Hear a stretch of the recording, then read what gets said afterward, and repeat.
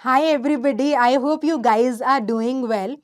तो जब हम जीमैट की बात करते हैं और जो स्टूडेंट्स इंडिया में रह के ही अपना एमबीए करना चाहते हैं तो तुरंत जो नाम दिमाग में आता है वो आता है ISB, Indian School of Business. Yes, so it is internationally acclaimed. Recently by Financial Times इसकी ऑल ओवर इंडिया रेटिंग 1 थी और internationally this has been rated as 31st best B school, right. पिछले साल 39 थी, it has bounced back to 31 अगेन। So an amazing school, amazing B school which gives you a lot of exposure, right? तो इनका PGP program है which is the most sought after program. So let's see how can you take entry to these amazing programs offered by ISB and what is the selection process. So let's get started. My name is Juhi Narula. तो जब हम बात करते हैं ISB की तो इनका एक प्रोग्राम है जिसको पीजीपी कहते हैं, यानी कि post graduate program in management, right. तो इसको यूजुअली आप कैसे टर्म करते हैं, पीजीपी प्रोग्राम टर्म करते हैं। तो जो स्टूडेंट्स या जो कैंडिडेट्स कुछ वर्क एक्स के बाद अपने करियर को आगे बढ़ाना चाहते हैं, आपको लगता है कि आप स्टैग्नेंट हो गए हो और अब ग्रोथ नहीं हो रही, या मैनेजरियल पोजीशन पर जाने के लिए आपके पास डिजायर्ड स्किल सेट नहीं है या आपको पॉलिशिंग की ज़रूरत है, वो यूजुअली इस प्रोग्राम में इनरोल करते हैं, राइट। तो ये 1 ही साल का प्रोग्राम होता है and that is designed in such a way to help professionals who are in the middle stage of their career to advance better, right? तो जब हम बात करते हैं इस प्रोग्राम की, so there are 3 ways। तो एक तो पीजीपी प्रोग्राम होता है, पोस्ट ग्रेजुएशन प्रोग्राम। एक होता है early entry option, so when you are seeing EEO, that's early entry option। और एक होता है YLP which is the young leadership program। तो ये 3 मोड्स हैं डिपेंडिंग ऑन आपका वर्क एक्सपीरियंस क्या है और एकेडमिक स्टेटस क्या है। तो अगर आप पीजीपी की बात करते हो तो आपके पास बैचलर्स या इक्विवेलेंट डिग्री होनी चाहिए। ये अर्ली एंट्री ऑप्शन के लिए भी सेम ही है। और अगर आप यंग लीडर्स प्रोग्राम के लिए अप्लाई कर रहे हो तो अगर आप कॉलेज में हो तो भी इसके लिए अपनी एप्लीकेशन को भेज सकते हो। और आपको जीमैट जीआरई के वैलिड स्कोर्स होना जरूरी है, राइट। और अगर आप पीजीपी के लिए अप्लाई करते हैं तो आपके पास 24 मंथ्स का, यानी कि ऑलमोस्ट 2 इयर्स का फुल टाइम वर्क एक्सपीरियंस होना जरूरी है। अगर आप अर्ली एंट्री ऑप्शन लेते हैं which is for PGP deferred admission, right. तो मतलब you take admission and you apply early and whenever you have the right experience you can get into it, right. So उसके लिए this is for people who have less than 24 months का work experience. और young leader program, as you can see that this is basically for all the individuals who are still in college। so यहाँ पे आपको कोई work experience की इस time जरूरत नहीं होती, राइट। अब हम आगे बढ़ते हैं। तो जब आप पीजीपी के लिए बात करते हो तो आपके पास 6 इंपॉर्टेंट क्राइटेरिया होते हैं, जिसमें पहला है एकेडमिक्स। तो जब आप एप्लीकेशन प्रोसेस को फिल करते हो तो इन 6 एरियाज पे आपसे डिटेल्स मांगते हैं। So academics is of course how much you have got in your 10th 12th graduation, post graduation अगर आपने एमकॉम करा है या एमबीए नहीं करा, उसके अलावा कोई डिग्री है तो what was the percentage, what is the work experience, right, what are the responsibilities that you took, initiatives that you started, what have been your achievements. So that's the work experience. And of course if any awards and activities, hobbies that you have cultivated or you worked upon or you have achieved something tremendously huge, so these are 3 areas। the other 3 include your GMAT GRE का score. तो usually क्या होता है कि GMAT और GRE के scores 5 साल तक वैलिड रहते हैं।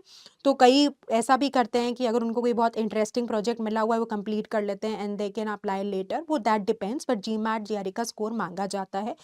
ऐसे एसेट चेक करता है कि how are you unique, what is the ability that you have, how are you selling yourself. So it's basically a statement of purpose that what you have done so far, how you are a good fit for this particular program that the college should take you, how you can contribute, how do you see your journey, where do you see yourself after completing the program, right, what are your expectations, what are your ambitions। so basically एक wholesome essay लिखते हो आप where you are trying to explain, you're trying to sell yourself basically that please take me, these are my skill sets, this is what I'm going to achieve and I'm going to be a successful alumni of ISB, right।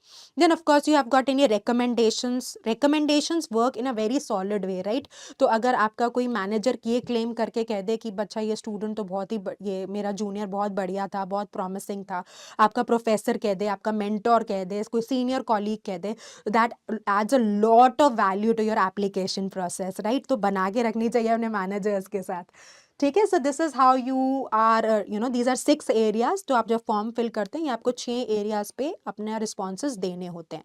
तो selection process में of course academic credentials काम करते हैं, आपका leadership potential क्या है और आपके पर्सनल एट्रीब्यूट्स क्या हैं। So these are all the areas. तो मतलब academic credentials, how you have perform. तो बेसिकली देखिए 10th 12th और ग्रेजुएशन या पोस्ट ग्रेजुएशन के मार्क्स ये रिफ्लेक्ट करते हैं कि आप कितने सिंसियर रहे और आपने कितना सिंसियरली एफिशिएंटली मन के साथ पढ़ाई करी है, राइट। ये एक सॉर्ट ऑफ आपका डेडिकेशन ही तो डेमोन्स्ट्रेट कर रहा है, आपका डिसिप्लिन ही तो डेमोन्स्ट्रेट कर रहा है।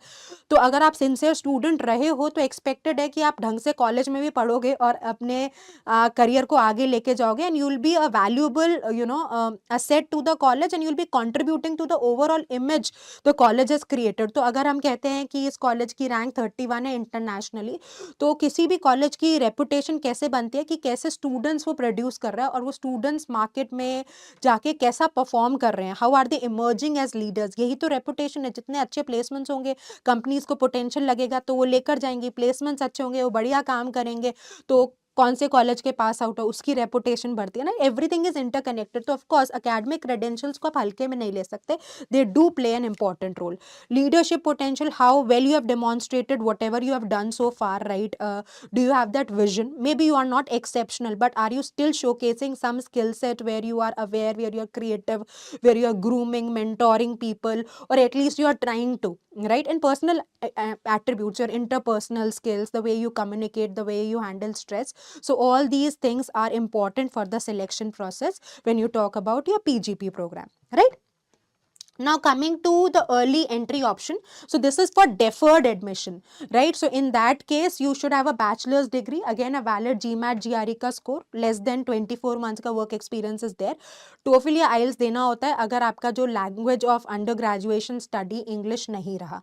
यूजुअली अब क्योंकि most of the universities are teaching students in English, तो कम ही स्टूडेंट्स को देना पड़ता है, बट स्टिल अगर आपने अपनी ग्रेजुएशन इंग्लिश सब्जेक्ट में नहीं करी है as the subject of communication, so in that case you have to take TOEFL or IELTS, either of the exams, right? तो अगर आपको यंग लीडरशिप प्रोग्राम के लिए अप्लाई करना है तो आप कॉलेज स्टूडेंट हो, आप प्री फाइनल ईयर में हो या फाइनल ईयर में हो, आप अप्लाई कर सकते हो।